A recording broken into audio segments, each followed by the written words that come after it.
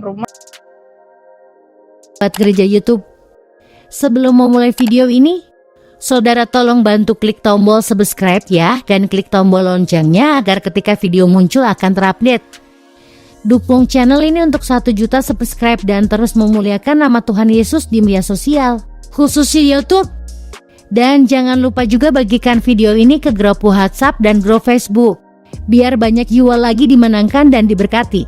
Yuk kita sama-sama menjadi berkat dan berdampak dengan membagikan video ini. Terima kasih, Tuhan Yesus memberkati. Bukan seperti sekarang ini, serba sulit, harus ditimbang, harus yang kita bawa harus terbatas, tidak boleh lagi bawa macam-macam. Tapi dulu kita bebas naik haji dulu kita juga masih murah dulu, paling tinggi 10 juta dulu kita sudah bisa umroh, saudara. Jadi nama saya dari Islam itu, saudara, dilahirkan dari kecil adalah Abdul Tahir. Setelah saya naik haji, lalu saya digelarkan Haji Abdul Tahir SAG dari Institut Muslim Indonesia Hidayatullah. Kebetulan saya juga kuliah di salah satu kampus di IAIN Ciputat, saudara. Saya mengambil satu jurusan tarbiyah bahasa Arab, dan kami dididik sejak kecil, saudara. Itu keislaman kita sangat radikal, dan orang tua saya sangat radikal, karena orang tua saya, papa saya orang Makassar dan ibu saya orang Gorontalo. Berdua sudah mereka naik haji. Jadi saya punya istri 1 dan 2 anak, saudara. Semua putra, dua-duanya putra, saya punya anak, saudara. Setelah saya sudah berpisah dengan istri saya, karena saya menerima Tuhan Yesus, ya dia ambil semua anak saya, saudara. Tapi tidak ada masalah. Dan saya bersaudara, 14 bersaudara, 2 ibu, saudara. Karena orang Islam itu ya kawin, ya punya istri banyak, papa saya, saudara. Karena dia angkatan darat, ya tentara, saudara, di Makassar, di unit 700 di Makassar, sudah pensiun, Letkol Haji Ismail namanya. Kalau mama saya, dia hakim di Pengadilan Negeri Makassar, lalu pindah sebagai hakim di Gorontalo, Limboto, saudara. Arina Umar, sarjana hukum. Ibu saya Pam Katili, saudara. Setelah, saudara, saya di Jakarta sudah lama, saya berkeluarga beserta istri. Saya mendapat suatu anak 2 orang, saudara. Setelah pada saat itu, saudara, singkat saja, pada waktu itu saya pulang dari naik haji, sebenarnya saya sudah melihat sosok kayak salib begitu. Tetapi saya pas sujud, saya bangkit kembali, saya melihat ke Ka'bah, di atas Ka'bah itu ada salib menyala. Tetapi saya tidak terlalu tertarik dengan nggak yakin dan percaya bahwa itu adalah salib itu menandakan orang Kristen punya. Tidak, saya tidak pernah membayangkan itu, saudara. Setelah saya pulang, begitu lama saya kerja, saya dosen juga, dosen guru ngaji gitu. Saya mengajar di salah satu institut di Al-Quraba di Rawamangun, saudara. Saya mengambil jurusan tarbiyah, dan kita sebagai ustadz, kita harus bisa menghafal Al-Quran 30 juz Al-Quran, 6.666 ayat. Dan kita dididik sejak kecil itu sebagai Islam. Islam artinya taat patuh kepada Allah Subhanahu wa Ta'ala, dan Muslim itu adalah pengikut Muhammad. Dulu waktunya kita masih kecil, betul-betul kalau kita tidak mengaji itu, saudara, kita dicambuk, saudara. Dicambuk sama orang tua kita. Harus betul-betul kita bisa baca dari Iqra, abjadnya itu semuanya. Lalu kita pindah di Al-Quran besar, saudara. Sangat radikal, karena papa saya itu, ya orang tuanya masih, yang terkenal di sana, kakek saya itu Kahar Musakar di Makassar, saudara. Banyak orang-orang Kristen yang dia bunuh, saudara, di sana, di Makassar, saudara. Tapi ya apa yang terjadi? Saya juga tidak masuk akal harus saya mengikuti Yesus dan saya dipanggil Tuhan Yesus, saudara. Jadi pada waktu saya sudah pulang dari Pakistan, saudara, karena saya diutus ke Pakistan itu hampir kita berapa 300 orang yang diberangkatkan ke Pakistan tahun 91 99 sampai 2001, saudara. Kita sekolah di sana. Jadi kita studi banding sambil kita belajar bagaimana untuk belajar teroris gitu. Untuk bagaimana caranya kita strategis dan cara kita untuk merembukan orang-orang Kristen di Indonesia ini. Karena kami punya misi dan visi untuk menjadikan Indonesia ini menjadi syariat Islam, saudara. Dan dana itu kami mendapatkan suatu dana banyak yang dari luar yang bisa memake-up kami, saudara. Dan saya juga biasa ceramah di masjid. Setiap saya ceramah di masjid, kalau masalah dana hanya 100 juta itu cepat. Ya, kalau di Islam itu, saudara, saya merasakan itu, saudara. Tetapi setelah saya merasakan di Kristen ini, saudara, untuk penginjilan, ini sulit sekali, saudara. Ya, bagaimana caranya untuk bertumbuh, saudara, di dalam kekristenan karena tidak bersatu, saudara. Tetapi kalau di Islam itu bersatu, kalau ada satu kegerakan itu cepat sekali masalah dana dan orang respon itu, saudara. Setelah saya pulang dari Pakistan, saudara, lalu saya lagi sholat, saya tinggal dulu di Kalimalang, saudara, dekat Universitas Borobudur.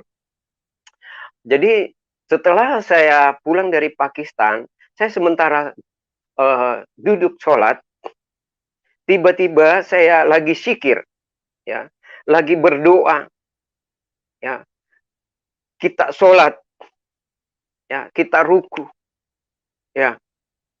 Pada saat saya zikir, jadi saya zikir itu harus selesai kita sholat, jadi kan harus kita zikir. Zikir itu 33 kali kali 3, jadi 99 kali harus kita zikir, saudara. Apa sebabnya kita zikir? Karena masing-masing kita mencari keselamatan. Karena di dalam Al-Quran tidak ada keselamatan. Tidak ada keselamatan, saudara. Pada waktu saya zikir itu, lalu tiba-tiba saya zikir, la ilaha illallah, Allahu Akbar, walhamdulillah, Allahu Akbar. Lalu pada saat saya zikir, tiba-tiba ada kayak satu bayangan ada seperti cahaya nur itu dia datang cepat sekali itu, saudara, di depan saya.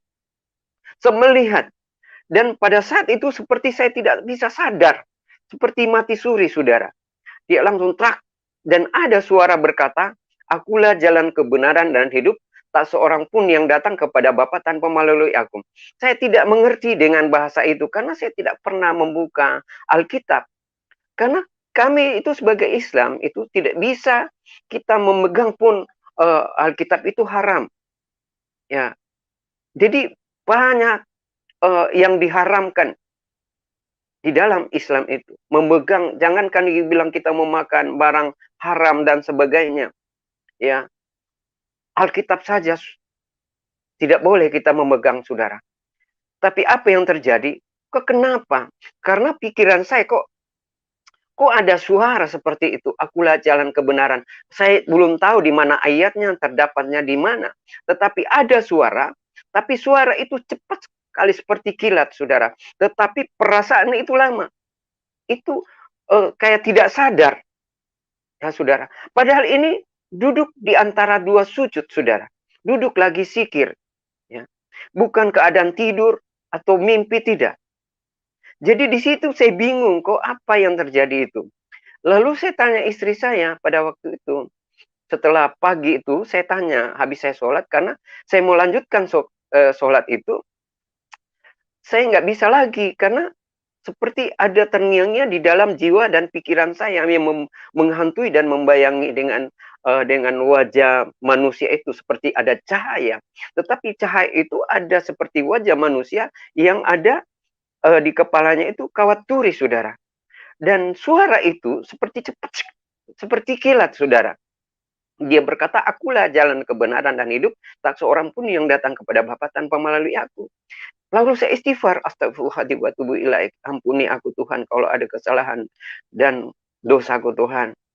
Pada waktu itu saya istighfar, saya tanya, tapi menurut istri saya tanya, dia bilang, itu dajjal atau setan, jangan percaya. Ya, ya begitu saya abaikan saja. Saya abaikan. Pada saat saya mau sujud di sujadaku juga itu, pada waktu saya sudah lihat saya mau coba-coba bangkit kembali untuk sujud, kok kayaknya ada salib di atas sujadah itu. Akhirnya saya berhenti sholat. Jadi setelah saya berhenti sholat, saya nggak mau lagi sholat karena saya merasa kayak bingung, saya linglung, saya nggak tahu lagi. Lalu istri saya, nggak usah katanya, itu dajjal, setan itu. Jadi saya penasaran, saya tidak jadi sholat sampai pagi, saya tunggu pagi. Kebetulan di pagi-pagi itu ada tetangga saya di situ. Pagi saya pergi tanya, ada tetangga saya namanya Aris Ayal, orang Ambon. Pada waktu itu ada mereka orang Ambon itu ada kerusuhan di Ambon, mereka lari ke Jakarta. Kalau saya tidak salah pada waktu itu, saudara. Jadi saya datang tanya, Aris, kenapa saya bisa lihat Tuhanmu itu seperti itu? Posternya itu kan ada poster di ruangan tamunya Aris itu. Lalu saya tanya, kenapa? Ada saya melihat sosok seperti Tuhanmu itu yang ada kawat durinya. Lalu Aris berkata kepada saya, wah hebat sekali Pak Haji. Kita saja sejak lahir tidak pernah berjumpa dengan Tuhan. Tetapi kenapa Pak Haji bisa berjumpa? Karena dia bilang, firman Tuhan berkata, bukan engkau yang memilih aku, tapi akulah yang memilih engkau. Saya langsung berkata begini kepada siapa Aris itu. Saya bilang, Aris, jangan main-main. Ini masalah akidah, masalah agama. Itu sangat sensitif sekali. Dibilang kalau Pak Haji percaya, kalau tidak percaya tidak apa-apa juga. Akhirnya saya pulang, saudara. Saya pulang ke rumah. Lalu saya pulang ke rumah, istri saya sudah ke kantor. Lalu saya juga mandi, saya berangkat ke kampus. Di kampus saya bertanya, kita ada kayak reuni rapat begitu, saya bertanyalah kepada para teman-teman saya ini, ulama, kiai, ustadz dan sebagainya. Saya tanya, saya bilang, Pak Kiai, semalam itu saya sementara subuh, saya sholat, lagi saya sholat dan saya sudah wirid dan saya lagi tasbih, lagi zikir, kok tiba-tiba saya melihat sosok kayak ada manusia dan suara itu. Tapi saya nggak mengerti dengan suara apa itu. Lalu dia berkata juga, Pak Kiai, dia bilang, itu kan dajjal. Setan, memang setan itu selalu menggoda manusia di saat kita ibadah, kita sholat. Jadi janganlah engkau percaya hal-hal begitu yang gaib. Lalu sudahlah, begitu lama-kelamaan, gitu 1 tahun kemudian, ya 3 bulan, 6 bulan, sampai 1 tahun kemudian, kita diutus lagi untuk pemberangkatan kedua. Kan tadinya saya berangkat pulang lagi karena saya bagian di humas. Ya, di pengadaan, saudara. Lalu 1 tahun kemudian lagi, ya sekitar 2002, 2003 kalau saya tidak salah itu, saya datang, lalu saya lagi keadaan saya sholat di tempat itu juga, kan biasa tempat sholat saya itu satu arah menghadap ke kiblat. Pada saat saya sholat lagi, itu lagi tahajud ini, bukan lagi sholat subuh, tapi ini lagi tahajud.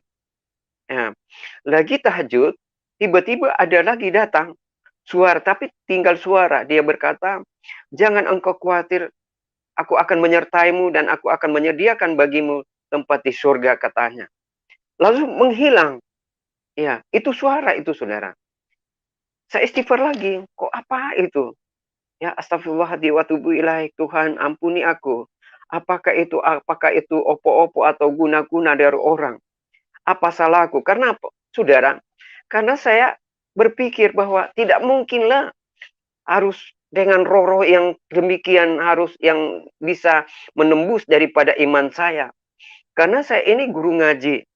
Bahkan di Bitung, di Manado itu, dari Gorontalo sampai Bitung itu saya mengajar mengaji itu, saudara. Anak-anak di Pasar Tua itu, saya ngajar mengaji. Pada waktu mereka datang KKR, saya juga yang larang mereka. Mereka Diana Nasution pada waktu itu, Hutaki Lukomao, Desi Arisan di Minggu Tah itu, mereka itu pada waktu itu mereka KKR di sana saya batalin.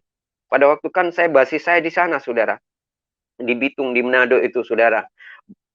Dan banyak juga gereja-gereja yang di Manado itu pada saat itu kita lemparin yang gereja-gereja Gemim itu, saudara, di Manado itu, saudara.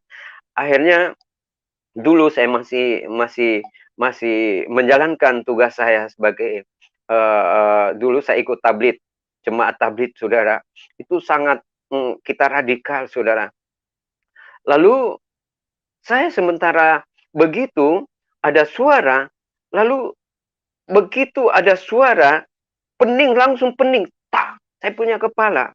Sampai akhir itu juga suara itu yang membuat saya kesakitan. Bahkan saya punya sakit prosesnya ini lama ini, saudara. Tidak serta-merta. Jadi pada saat saya mendengar suara itu, suara nggak tahu, walau alam saya nggak mengerti dengan pada saat itu, saudara. Lalu seperti ada gemuruh di kuping saya dan kepala saya itu sakit. Sehingga saya mengalami sakit penyakit itu ada berapa bulan saya mengalami sakit penyakit, saudara. Bahkan saya sudah keliling rumah sakit, tidak disembuhkan, tidak ada ditemukan penyakit itu. Lalu lalu istri saya berkata begini, mungkin kamu diguna-gunai sama orang-orang Ambon itu, orang Kristen. Akhirnya opo-opo katanya. Akhirnya istri saya datang sama Aris itu. Dia katakan, Aris kalau mau jadi Kristen, orang Kristen, jadilah orang Kristen, jangan guna-gunai, jangan kasih opo-opo. Karena berpikir istri saya, kadang orang-orang kayak di Manado itu kan banyak opo-oponya, saudara. Bahkan di Ambon juga, saudara. Jadi berpikir begitu istri saya. Akhirnya dia bawa ke dukun. Saya ke dukun, keliling ke dukun, tidak ditemukan juga penyakit itu. Saya sudah kurus banget. Sudah kurus, saudara. Bahkan saya dirujuk ke rumah sakit Persahabatan. Tidak ditemukan juga penyakit. Malah penyakit itu katanya ada air di sini, saudara. Lalu proses sudah seperti kakek-kakek, sudah kurus sekali, saudara. Lalu ada segelintir, begini, ada segelintir orang bilang, ada orang Batak, ibu bilang, Pak Haji itu kalau bisa itu sembuh itu harus didoakan karena dia melihat salib gitu. Karena nggak tahu dia dengar dari mana, ya saudara. Akhirnya saya cari orang itu, orang Batak, ya saudara. Dia bilang harus didoakan pendeta. Lalu saya cari itu orang, ketemu itu ibu, bilang Pak Haji kalau mau didoakan ada, tanya itu yang penyembuhan di Tiberias, Pak Pariaji katanya di Dharma. Akhirnya sebelum saya berangkat ke sana, ya saudara, saya cari itu orang supaya diantar saya, saudara. Setelah saya sudah ke sana, pagi-pagi hari Minggu itu mereka ada ibadah itu perjamuan kudus, saudara. Ada kayak menyanyi gitu kan, saya belum mengerti dulu, saudara. Lalu mereka nyanyi, saudara. Mereka menyanyi gitu. Habis selesai nyanyi, mereka ada perjamuan, katanya itu ada anggur dengan roti. Lalu saya dipanggil. Saya didoakan, saya ditumpangkan tangan. Setelah itu saya ditumpangkan tangan, saudara, baru saya merasakan ada satu lawatan Tuhan, seperti ada jamahan begitu. Baru bisa terisi seperti ada kekuatan hidup saya, saudara. Dengan doanya orang Kristen itu ampuh sekali, saudara. Luar biasa doanya orang Kristen itu kalau mereka berdoa. Pada saat itu memang doanya itu dahsyat, ya. Luar biasa, saudara. Saya percaya bahwa doa orang benar sangat besar kuasanya itu di dalam Alkitab, saudara. Lalu saya pulang, saya sudah mulai pulih. Saya datang lagi sama Aris, saya tanya, Aris, kalau memang ada kesalahanku, ampuni saya, jangan kamu kasih guna-guna saya. Bilang, Pak Haji, kalau Pak Haji percaya, ambillah Alkitab ini. Lalu Aris itu kasihkan sebuah Alkitab yang kecil, ya, nggak tahu di Perjanjian Baru. Lalu saya ambil Alkitab itu, saya sembunyi karena saya takut ketahuan sama istri saya, karena istri saya juga sudah haji. Mereka memang benar-benar keluarga Islam yang radikal juga dari Gorontalo, itu turunan Turki mereka, saudara. Iya, bahkan mereka keluarga besar juga, Katili, bahkan Panasonic Gobel, Tamat Gobel itu keluarga mereka, saudara. Lalu, saudara, saya ambil Alkitab, saya gulung di sarung saya. Setelah saya bawa di rumah, saya letakkan Alkitab itu dengan Al-Quran, saudara. Lalu pertama saya buka di dalam Alkitab, mengatakan begini, di dalam Alkitab. Dia katakan Yohanes 1 ayat 1, dia katakan begini. Pada mulanya adalah firman, firman itu bersama-sama dengan Allah, dan firman itu adalah Allah. Itulah yang saya perbandingkan pertama-tama saya menerima Tuhan Yesus, itulah di Yohanes 1 ayat 1. Dan di dalam Al-Quran berkata, di surat, di sini di surat Ali Imran, dia katakan, di 45 mengatakan begini. Isqala malaikatu, ya Maryam, innallaha ya basyirku bi kalimati minhu muhul malahu isabnu Maryama wajiha fid dunya wal akhirah wa minal muqrabin. Jadi itulah yang saya percaya. Dan saya yakin bahwa setelah saya melihat dan banyaklah isi Al-Quran itu saya bacalah. Terdapat ada di surat Ali Imran, di surat Al-Zukhruf, surat Maryam dan sebagainya. Saya buka semua, saya belajar gitu. Lalu saya temukan semuanya ayat-ayat itu. Dan yang saya yang membuat saya yang artinya kuat dalam Tuhan Yesus, karena tidak ada janji-janji yang pasti untuk menyelamatkan saya di dalam Al-Quran, saudara. Karena Muhammad tidak pernah menjanjikan satu keselamatan. Karena ada surat di dalam surat di dalam Muhammad mengatakan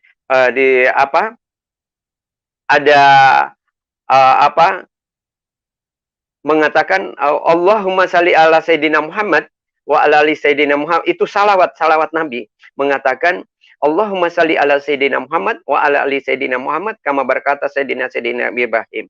Dia katakan begitu. Lalu saya mengartikan bahwa dia bilang Muhammad, ya Allah, selamatkanlah keluargaku, sahabatku, dan pengikutku. Dia katakan Allahumma salli ala Sayyidina Muhammad. Pada waktu Muhammad menerima wahyu itu, dan malaikat datang. Lalu dia salawat. Allahumma salli ala Sayyidina Muhammad wa ala ali Sayyidina Muhammad kama berkata Sayyidina Ibrahim. Ya Allah, selamatkanlah keluargaku, sahabatku, dan pengikutku. Dan maksud saya, kalau kita sebagai pengikut Muhammad, tidak ada janji keselamatan. Insya Allah, mudah-mudahan engkau diselamatkan. Ya, sedangkan dia didoakan terus. Bagaimana kita mau selamat ini sebagai pengikut dia? Tidak ada keselamatan. Tetapi di Alkitab berkata, Injil berkata, Yohanes 14 mengatakan, Yohanes 14, coba kita buka Yohanes 14, dia katakan di sini, Yohanes berkata, ayat 6, Yohanes 14 ayat 6 berkata, kata Yesus kepadanya, akulah jalan dan kebenaran dan hidup, tidak ada seorang pun yang datang kepada Bapa kalau tidak melalui aku.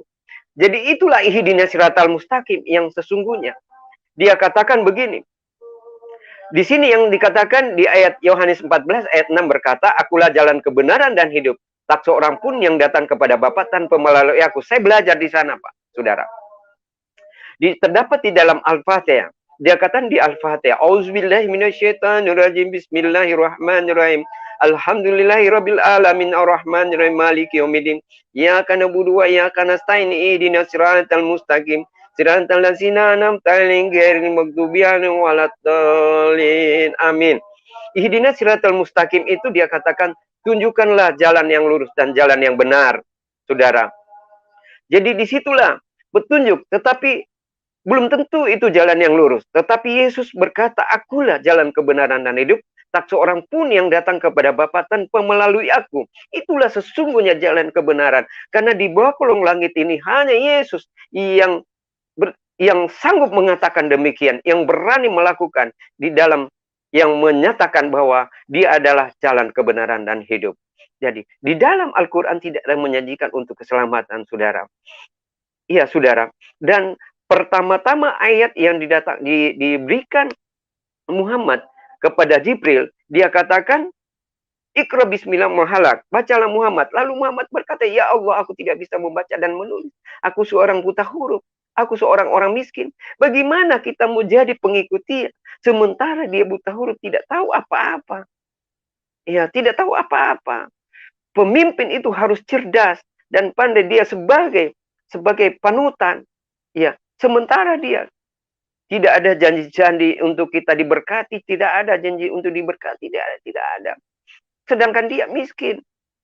Ya, sedangkan dia buta huruf. Bukan saya mengejek, bukan saya menghina, tetapi itu fakta, itu membuktikan bahwa di dalam Al-Quran itu, saudara. Tetapi saya belajar di sini, keselamatan itu luar biasa ada di dalam Alkitab, Injil. Keselamatan ada di sini, dikatakan. Pasti diselamatkan. Di Roma, kita bisa buka di Roma. Saudara, bisa kita buka di Roma. Di Roma 5 ayat 1 sampai 11.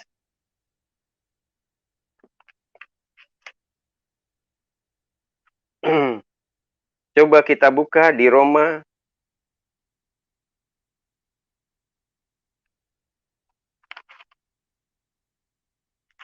Di sini di Roma 5 ayat 1 sampai 11. Kita baca di sini. Sebab itu kita dibenarkan karena iman kita hidup dalam damai sejahtera dengan Allah oleh karena Tuhan kita Yesus Kristus. 2. Oleh Dia kita juga beroleh jalan masuk oleh iman kepada kasih karunia ini. Di dalam kasih karunia ini kita berdiri dan kita bermegah dalam pengharapan akan menerima kemuliaan Allah. 3. Dan bukan hanya itu saja, kita malah bermegah juga dalam kesengsaraan kita, karena kita tahu bahwa kesengsaraan itu menimbulkan ketekunan, dan ketekunan menimbulkan tahan uji, dan tahan uji menimbulkan pengharapan. 5. Dan pengharapan tidak mengecewakan, karena kasih Allah telah dicurahkan di dalam hati kita oleh Roh Kudus yang telah dikaruniakan kepada kita. Karena waktu kita masih lemah, Kristus telah mati untuk kita, orang-orang durhaka, pada waktu yang ditentukan oleh Allah. Sebab tidak mudah orang mau mati untuk orang yang benar, tetapi mungkin untuk orang yang baik, ada orang yang berani mati. 8. Akan tetapi Allah menunjukkan kasih-Nya kepada kita oleh karena Kristus telah mati untuk kita ketika kita masih berdosa. Lihat. 9. Lebih-lebih karena kita sekarang telah dibenarkan oleh darah-Nya, kita pasti akan diselamatkan dari murka Allah itu, saudara. Pasti kita diselamatkan. Tidak ada kata-kata mudah-mudahan, insya Allah akan diselamatkan. Tetapi di sini nyata Tuhan Yesus menyatakan di dalam ayat 9 ini, saudara. Dia katakan lebih-lebih karena kita sekarang telah dibenarkan oleh darah-Nya, kita pasti akan diselamatkan dari murka Allah. Ayat 9, ayat 10.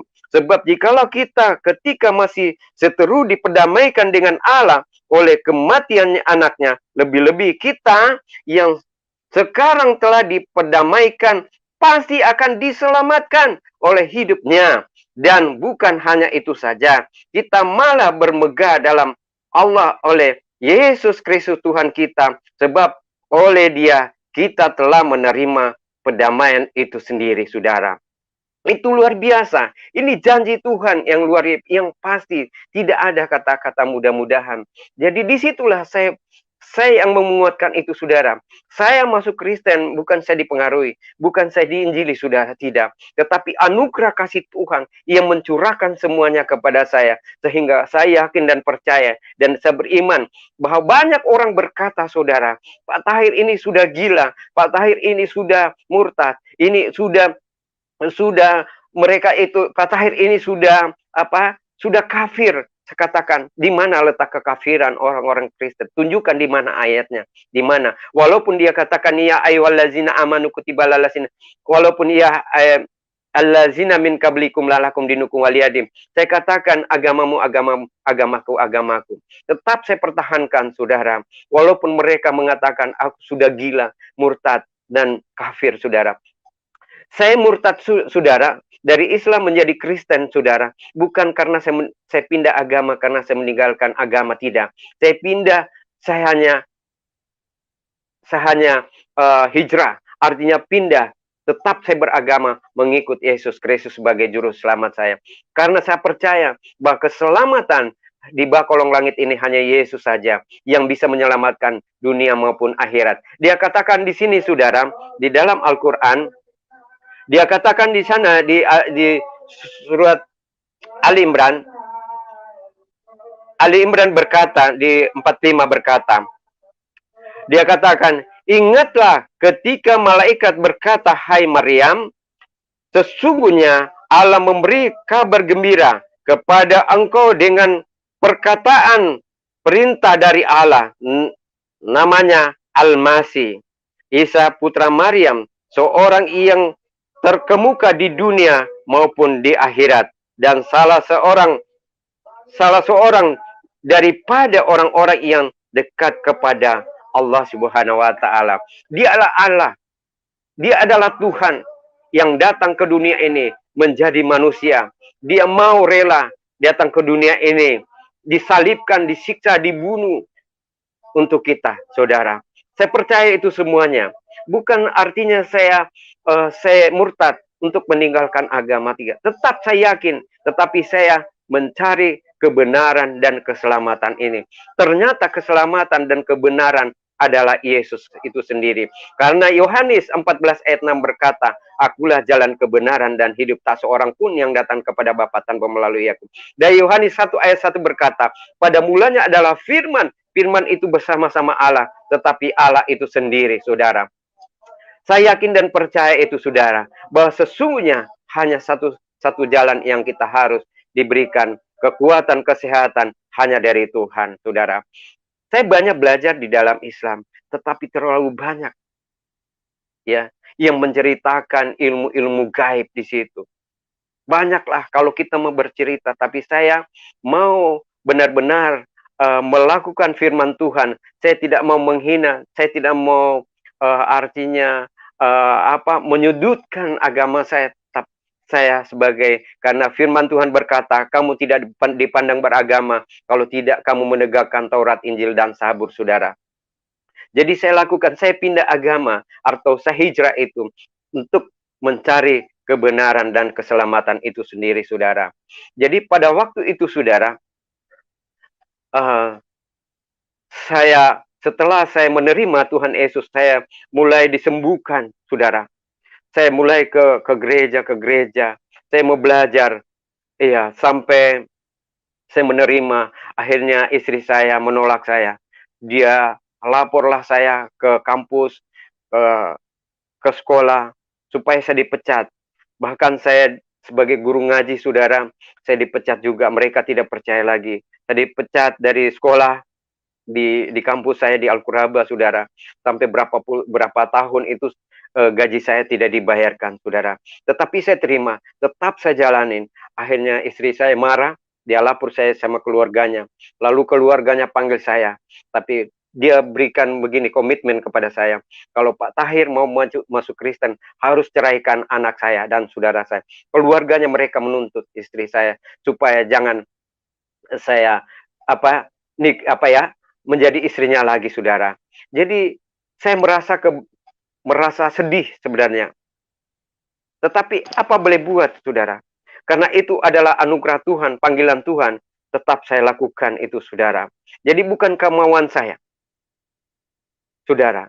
Jadi saya masuk Kristen hanya semata-mata bukan kekayaan, bukan popularitas, bukan pangkat, bukan golongan, dan sebagainya, bukan. Tetapi saya hanya percaya kepada Injil ini, saudara.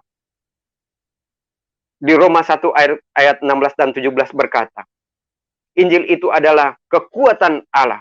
Injil itu adalah bagian daripada kita, saudara. Kekuatan Allah yang luar biasa, saudara. Tanpa Injil, saudara, kita tidak bisa berbuat apa-apa. Kalau kita baca benar-benar ini, Alkitab ini dari Kejadian sampai Wahyu, itu luar biasa, dahsyat itu. Ada tanda-tanda mujizat yang akan berikan. Dan banyaklah hal yang saya alami, tanda-tanda mujizat, saudara. Ada pertolongan, banyak pertolongan Tuhan. Ada mujizat Tuhan. Walaupun mereka tinggalkan saya, bahkan masuk pengadilan, dan saya dipisahkan. Sedikit harta pun itu saya tidak miliki lagi, saudara. Apa sebabnya mereka, mertua saya itu pisahkan sama saya secepat itu? Karena mereka takut nanti istri saya masuk Kristen juga dan anak saya. Sehingga mereka pisahkan, saudara, sampai masuk pengadilan. Sampai di pengadilan, talak 1, talak 2, sampai talak 3. Akhirnya saya dikatakan pengadilan itu tolak harta. Artinya harta itu saya tidak bisa mendapatkan sedikit pun, saudara. Jadi saya keluar dari rumah itu. Bahkan saya punya surat-surat, dia minta orang tua saya dari istriku diambil sembunyi-sembunyi surat-surat itu, ijazahku dibakar semua sama bapak saya. Karena dia merasa bahkan tercelah di dalam mata keluarga saya semua, saudara. Karena keluarga saya itu, saudara saya itu banyak juga pejabat, saudara. Ada 14 saya bersaudara. Itu banyak juga, ada yang di tentara, ada polisi, saudara. Ada juga camat, saudara. Ada juga pengusaha, saudara saya, saudara. Kalau masalah harta saya banyak. Hartanya orang tua saya. Bahkan istri saya juga pengusaha, saudara. Tetapi saya tidak terlalu ambisi dengan harta. Tetapi saya berkomitmen bahwa apapun yang terjadi dalam hidupku. Karena keselamatan tidak kita dapat lagi. Ini benar-benar panggilan Tuhan. Tidak bisa kita mendapatkan itu keselamatan. Di luar daripada Yesus itu, tidak dapat kita mendapatkan keselamatan. Hanya kita dapatkan suatu keselamatan itu hanya kepada Yesus saja, saudara.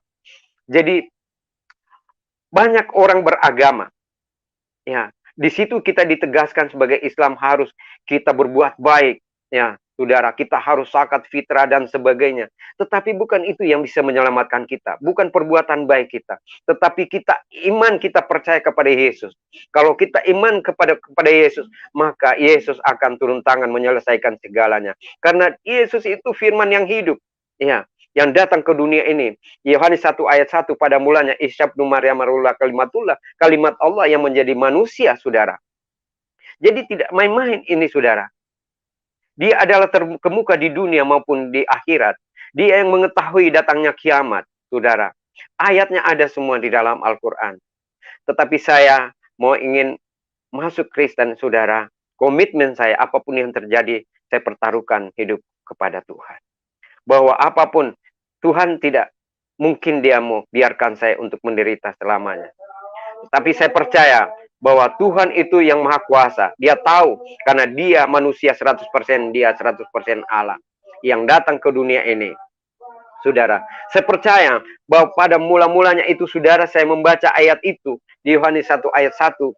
Saya itu juga sangat kaget bahwa di Yohanes itu luar biasa. Dia katakan begini. Dia bilang firman yang telah menjadi manusia. Pada mulanya adalah firman, firman itu bersama-sama dengan Allah, dan firman itu adalah Allah. Ayat 2, ia pada mulanya bersama-sama dengan Allah. Segala sesuatu dijadikan oleh dia, dan tanpa dia tidak ada suatu apapun yang telah jadi dari segala yang telah dijadikan. Itu luar biasa, saudara. Di ayat 4 dikatakan, dalam dia ada hidup juga. Dan hidup itu adalah terang manusia kita. Terang. Orang-orang Kristen itu harus terang. Di tengah-tengah dunia. Tengah-tengah keluarga. Di pekerjaan kita. Di lingkungan kita. Di sahabat kita, semuanya harus kita terang. Tidak boleh tidak. Kalau kita mau ingin diselamatkan oleh Tuhan, harus kita hidup kudus.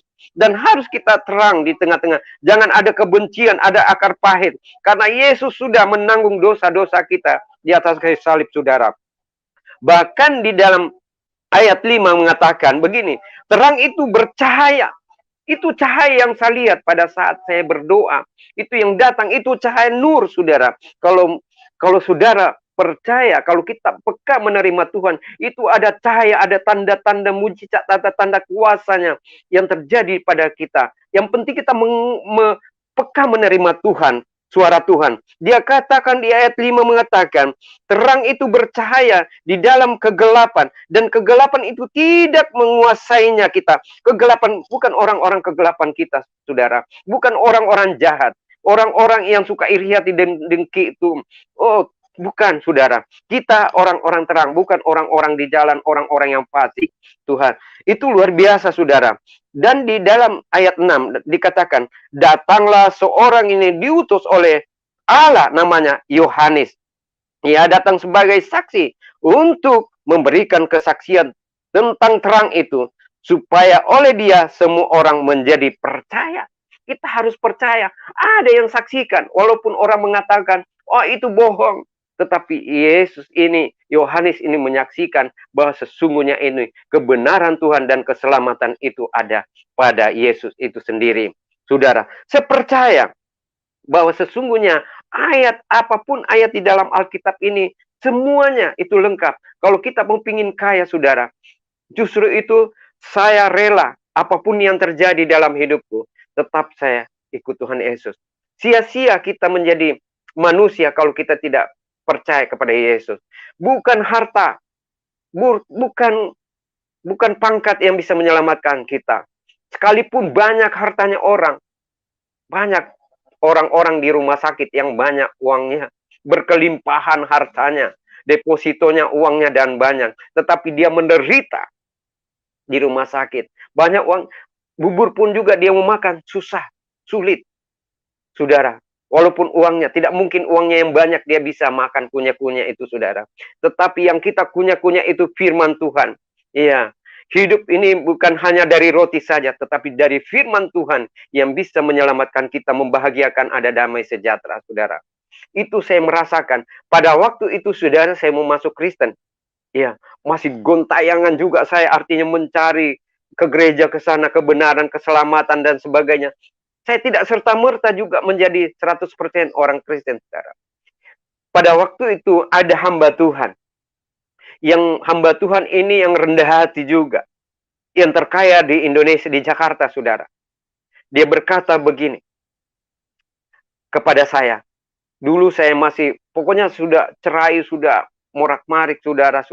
Saudara, istri saya tidak ada satupun yang dia tinggalkan saya.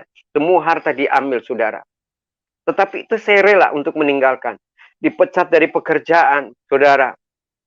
Tetapi itu kadang saya menangis, saudara. Tetapi saya kembalikan kepada Tuhan. Kalau memang itu Tuhan yang memanggil saya, pasti dia tolong saya. Dan firman Tuhan berkata, Tuhan itu tidak kurang panjang tangan untuk menolong saya. Saya tidak sampai tergeletak, Tuhan angkat kembali saya. Dari dosa, dari kemiskinan, dari keterburukan, kebodohan, dan sebagainya. Tuhan mengangkat derajat saya, saudara. Sampai malam hari ini saya bisa bersaksi di tengah-tengah kita sebagai umat percaya Yesus Kristus, karena Yesus Kristus, saudara. Iya. Dan saya juga puji Tuhan, saya sekolah di salah satu sekolah Alkitab di Toraja, karena ada seseorang yang mau menyekolahkan saya sehingga saya bisa sekolah, saudara. Belajar 2 tahun di Toraja, saudara. Itulah pengalaman. Pada saat pertama-tama saya pelayanan, itu luar biasa. Hampir saya kencingin celana aku, saudara.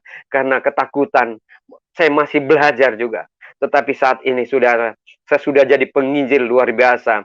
Saya sudah menginjil ke Jayapura, Timika, Wamena, Merauke, bahkan Kalimantan, Banjarmasin, Samarinda, bahkan Brau. Kita baptis di sana 500 orang. Di Kalimantan, di Papua, Sudah berapa ratus orang. Di Makassar kita baptis sampai kita dikejar. Bahkan di Depok saya dipukulin sampai hancur-hancur muka saya, sampai saya di sel, saudaraku. Saya pada waktu saya di sel, mau di sel 3 bulan, saudara. Saya menangis di situ. Saya di sel, ditelanjangin. Hanya pakaian dalam, celana dalam dengan baju dalam, saudara. Ya, karena saya menginjil di Depok, ada 600 orang yang dibaptis di Citayam itu, saudara. Mereka mengatakan ustadznya di sana, sampai ada gereja dibakar di sana. Tapi itu sejarah lah, nggak usah kita mengungkit lagi yang sudah terjadi. Yang penting marilah kita menginjil, karena Injil adalah kebenaran dan firman Tuhan adalah kekuatan bagi kita. Kita harus belajar merendahkan hati. Dan di sana saya dipukulin. Mereka bilang, kenapa kamu injili orang? Kenapa kamu harus kristenkan orang yang sudah beragama? Tetapi saya katakan, saya tidak pernah mengajarkan agama. Saya tidak pernah menginjil mereka. Hanya karena saya berpikir bahwa Yesus itu datang bukan membawa misi agama, tetapi hanya untuk menyelamatkan mereka. Jadi saya menceritakan, tapi mereka tidak mau tahu. Mereka babak belur, saya pukulin sampai pecah kepala saya, mandi darah, saudara. Tetapi itu semua saya terima. Sudahlah. Nah, tapi pada waktu saya mau ditahan 3 bulan, saudara, saya mimpi pada waktu itu mujizat, saudara. Pada waktu saya tertidur itu kamarnya kecil sekali. Ada di situ juga buang air, di situ juga makan, saudara. Di dalam sel itu. Sel narkoba, saudara. Kalau malam kayak ular lewat begitu. Saya ketakutan kalau malam, tapi saya berdoa. Tuhannya orang Kristen, kalau engkau Tuhannya orang Kristen, tolong aku. Aku tidak bisa berbuat apa-apa. Aku terintimidasi. Tuhan Yesus, tolong aku. Hanya saya berdoa. Begitu berkali-kali, saya kan belum tahu cara berdoa orang Kristen. Tapi yang penting kita berdoa dengan segenap hati kita, yang tulus hati. Tuhan itu tahu, karena dia hidup, saudara. Pada waktu saya berdoa, tiba-tiba saya sudah capek, saya lapar, sudah berapa hari saya tidak makan. Kan saya nggak bisa makan, karena di kamar itu kan ada toilet, apa itu tempat buang air, ada jambangnya situ. Jadi saya nggak bisa makan, saudara. Saya lemas. Saya tertidur di situ. Tiba-tiba ada suara. Dia katakan 3 detik, 3 menit, 3 jam, 3 hari, 3 malam. Kok 3 malam itu? Saya bilang, kenapa? Ada suara begitu. Pas 3 malam, saya keluar, saudara, dari sel itu. Lalu saya dipersilakan keluar, saudara. Itulah mujizat Tuhan. Padahal harus 3 bulan. Jadi Yesus juga 3 hari, 3 malam, dia bangkit kembali dari kuburnya itu, saudara. Memang tanda-tanda itu memang kalau kita berdoa, Tuhan itu nyatakan. Amin, saudara. Karena doa orang benar sangat besar kuasanya. Doa yang sesungguhnya yang benar, yang doa yang dikabulkan itu yang paling dalam dari bukan cara kita berdoa yang bagus-bagus yang sudah disusun doa kita supaya didengar baik, tidak. Tetapi kalau hidupnya itu benar di hadapan Tuhan, maka kita akan Tuhan mendengarkan semua doa-doa kita, saudara. Amin, saudara. Percaya, saya juga dulu tidak yakin. Tetapi dengan saya betul-betul berseru kepada Tuhan. Karena di Matius 7 ayat 7 berkata, mintalah kepadaku maka akan kuberikan, carilah pasti engkau dapat, dan ketuklah pintu-pintu akan dibukakan. Artinya, dia bilang mintalah. Kita berdoa memohon kepada Tuhan. Kita minta pertolongan dan petunjuk dan rahmatnya turun hidayat kepada kita. Kuasanya itu nyata dalam kita. Dia bilang, carilah. Bagaimana kita cari? Tuhan pasti itu. Kita lewat bagaimana kita caranya. Ya. Jadi kita harus berbuat, saudara. Kalau kita sudah lakukan 2 hal ini, maka dia akan dengan doa kita, dia akan terketuk pintu hati Tuhan. Dia akan memberikan kita kunci. Kunci kalau kita sudah buka, kita pegang kunci ini, pasti kunci itu kita pakai untuk membuka pintu hati Tuhan. Artinya bisa terbuka hati Tuhan untuk menerima doa kita, saudara. Apapun pergumulan kita, kesusahan dan kesulitan kita, kalau kita sudah pegang kunci ini, maka kunci ini akan membuka hati Tuhan. Kita ketuk hati Tuhan akan terbuka, saudara. Itu saya alami mujizat. Banyak mujizat yang Tuhan berikan kepada saya. Karena saya percaya. Karena bukan aku yang memilih Tuhan, tapi Dialah yang memilih aku. Dan Dia yang memanggil aku menjadi pengikut Yesus. Saat ini saya tidak ketakutan, saudara. Masalah hidup, tidak. Karena janji Tuhan itu ya dan amin. Saya percaya bahwa Tuhan tidak akan meninggalkan saya, saudara. Saya sudah melayani di mana-mana juga. Ya, bahkan bahkan Makassar, Toraja, Palopo, Mangkutana, ya, saudara. Bahkan sampai Poso di pembunuhan itu, saya melayani terus, saudara. Bukan hanya saya menjadi orang Kristen biasa-biasa saja, tetapi saya melakukan karena Matius berkata 28, dia katakan, pergilah jadikanlah bangsa muridku dan ajarkanlah mereka dan baptiskanlah mereka. Itulah tugas saya sebagai instruksi Tuhan yang telah menunjukkan jalan itu sehingga aku memberikan itu sesuai dengan kemampuan hidup saya untuk menyampaikan firman Tuhan, saudara. Saya sudah melayani juga keliling, saudara. Saya belajar. Saya memohon kepada dukungan-dukungan saudaraku. Walaupun saya sendiri, hidup sendiri, tetapi saya tidak merasa sendiri. Ada Tuhan Yesus dan Roh Kudus yang menghiburku selalu, saudara. Saat ini saya tinggal di Bekasi sendiri. Tetapi walaupun saya sendiri, saudaraku banyak seiman saya yang akan menolong saya. Walaupun mereka, saudara saya meninggalkan saya, saudaraku telah membuang saya tidak pernah pusing. Di bakolong langit ini hanya ada Yesus, yang dia sang pencipta langit dan bumi. Dia menyediakan bagi kehidupanku. Tuhan berkata, jangan engkau khawatir tentang pakaianmu, ya, tentang makanmu, tempat tinggalmu, ku akan menyediakan bagimu. Lebih penting tubuh daripada pakaian. Benar, lebih penting tubuh. Kalau tubuh ini sudah hancur, sudah banyak dosa, susah diobati, saudara. Penting itu tubuh. Tapi pakaian berapapun harganya 1 miliar, kita bisa dapat cari uang, kita beli. Mobil mahal pun 1 miliar, 2 miliar, kita bisa beli. Kalau masalah pakaian yang dipakai semuanya, mobil, motor, dan rumah sebagainya, dan pakaian kita yang kita pakai mudah. Yang penting kita cari uang, punya uang banyak, kita bisa beli. Tapi kalau tubuh ini sudah hancur, karena tubuh ini adalah bait Allah. Kalau sudah penuh dengan dosa, makanya Tuhan Yesus datang ke dunia ini untuk menyelamatkan orang-orang yang sudah putus asa, tidak punya harapan, yang tidak punya lagi pengharapan, tetapi Tuhan mereka membentuk kembali menjadi manusia yang percaya kepada Yesus. Banyak orang-orang Kristen yang meninggalkan Tuhan. Kita melihat karena apa? Popularitas, kedudukan, martabat, dan golongan. Saya mau berkata kepada saudara, banyak yang tinggalkan Tuhan Yesus karena popularitas. Seperti Deddy Kombuser, saudara. Ditinggalkan semuanya, dia masuk karena pergaulan, saudara. Tetapi saya mau berkata kepada saudara, saya berkomitmen apapun yang terjadi di dalam hidup saya, tetap saya mengikut Yesus sebagai juru selamat. Taruhannya nyawa. Tetapi saya menjadi Kristen, saya tidak mau lagi artinya menyinggung daripada agama lain. Kalau saya ingin menjadi orang Kristen, jadilah Kristen yang baik. Artinya kita belajarlah di Alkitab.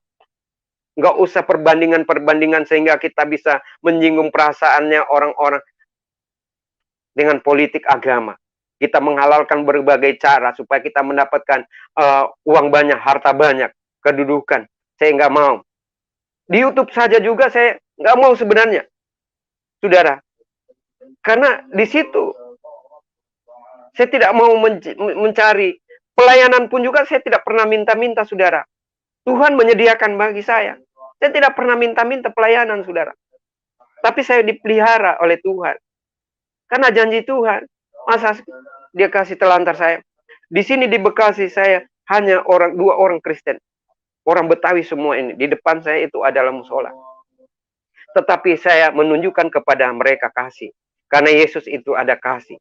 Semua hormat kepada saya. Karena apa? Saya bergaul dengan RT dan masyarakat di sini sebaik mungkin. Saya memberikan contoh yang baik. Saya mengasihi mereka. Saya berbagi. Arti daripada terima kasih, habis kita terima, berikan lagi. Bukan hanya menerima, tetapi kita kasih. Mengasihi. Kita menerima, jangan hanya menerima saja, tapi tidak pernah memberikan. Saya itu di sini, saudara. Ya, saya hidup bersama dengan Tuhan. Saya belajar di firman Tuhan, saudara. Setelah saya tinggalkan begitu penderitaan, harus saya pikul salib, tinggalkan pekerjaanku, tinggalkan orang tuaku, tinggalkan. Tapi haji, iman saya tidak akan menyelamatkan saya, tidak. Walaupun saya berbuat baik, bukan itu yang menjadi tolak ukurnya Tuhan. Tetapi kalau kita beriman kepada Tuhan Yesus Kristus, akan Dia menyelamatkan kita. Amin, saudara. Karena sebiji sesawi pun iman kamu, Dia katakan Tuhan Yesus. Kalau engkau percaya, malah gunung itu akan pindah, dia akan pindah. Jadi iman kita percaya kepada Yesus. Ya, saudara. Inilah kesaksian saya, saudara. Banyak hal-hal, kadang saya menangis. Kok kenapa bisa terjadi? Secara manusia juga saya tidak mampu, saudara. Tapi itulah, saya harus menerima semuanya dengan kodrat Tuhan. Tetapi saya mau tekankan kepada saudara, jangan hanya popularitas, harta tergiur. Karena hanya dapat jodoh yang tidak seiman, lalu kita tinggalkan iman kita, Yesus Kristus. Jangan, saudara. Jangan kita tergiur dengan hal-hal tawaran dunia. Kita harus melihat kepada Daniel. Satu, dia berkata Daniel, dia berjanji bahwa dia tidak akan menajiskan dirinya dengan dosa. Bahkan dia tidak akan menajiskan dengan tawaran-tawaran rajanya atau tawaran dunia ini. Bahkan saya ditawarin, saudara. Sama keluargaku, dia katakan, Pak Tahir, masuk saja Islam. Nanti saya kasihkan harta, uang, modal, dan sebagainya kamu. Tetapi saya berkomitmen, bukan harta itu, bukan uang yang bisa menyelamatkan. Tetapi kalau hanya uang itu kecil bagi Tuhan Yesus, Dia akan berikan saya. Tapi puji Tuhan, selama saya melayani itu, dari yang tidak ada menjadi ada. Sudah punya rumah, saudara. Saya tidak pernah numpang. Saya tidak pernah kontrak, saudara. Tuhan menyediakan bagi saya. Karena betul-betul saya berharap dan saya berdoa. Saya menangis di kaki Tuhan. Saya berdoa. Karena doa itu adalah napas kehidupan kita. Doa orang benar sangat besar kuasanya apabila kita berdoa senantiasa dengan tulus hatinya yang paling dalam. Tuhan pasti jawab, saudara. Karena Yesus berkata, mintalah kepadaku maka akan kuberikan. Di Matius 7 ayat 7. Maka akan kuberikan semuanya itu. Dan carilah pasti engkau dapat. Kita harus mencari wajah Tuhan. Mencari dahulu kerajaan surga dan kebenaran. Maka semuanya itu akan ditambahkan. Tuhan akan menyediakan semuanya. Dan ketuklah pintu-pintu akan dibukakan. Rahmatnya, hidayatnya, kuasa, mujizat itu akan terbuka bagi kita. Kita harus punya paradigma sekarang. Paradigma kita harus melihat yang baik dan mana yang buruk. Mana yang benar, mana yang salah. 2022 ini paradigma kita harus merubah mindset cara berpikir kita. Jangan kita harus melihat ke belakang lagi. Memandang ke belakang. Kalau kita melihat ke belakang, saya melihat ke belakang. Saya bisa murtad kembali, saudara. Tetapi saya tidak pernah melihat ke belakang. Sudahlah, kalau yang di belakang, sudahlah. Kalau ada akar pahit, ada pernah sakit hati, atau dendam, amarah, lupakan itu semua. Tuhan Yesus ada di depan kita. Berlarilah mengejar Yesus di sana. Kita sebagai seorang olahragawan, kita bertanding yang murni. Kita bertanding yang sehat. Jangan iri hati, jangan dengki, jangan kita mengingini barangnya orang. Tetapi mintalah kepada Tuhan, karena Tuhan berkata, mintalah kepada aku. Bukan minta kita mengemis, kita mencari minta-minta, bukan. Kepada manusia, terkutuklah orang manusia yang mengandalkan manusia itu. Dan bersandar kepada manusia juga. Dan mengandalkan kekuatan kita sendiri tidak bisa. Tapi kalau kita andalkan Tuhan, kita cari kerajaan sorga dan kebenaran. Kita hidup benar di hadapan Tuhan. Saudara, kita harus benar-benar bersekutu dengan Tuhan. Saudara, kita harus menyatu. Di Mazmur 91 berkata, kita harus menyatu. Jangan kita lepaskan Tuhan. Apabila kita lepas dari tangan Tuhan, sudah tidak ada harapan. Amin, saudara. Saya hanya mau tekankan di sana. Jangan kita hanya harta, kedudukan, lalu kita tinggalkan Yesus. Itu saya punya komitmen, saudara. Apapun yang terjadi dalam hidupku, nyawa taruhannya, saudara. Ya, saya mau ingin belajar di Alkitab dari Kejadian sampai Wahyu. Masih tetap saya belajar terus.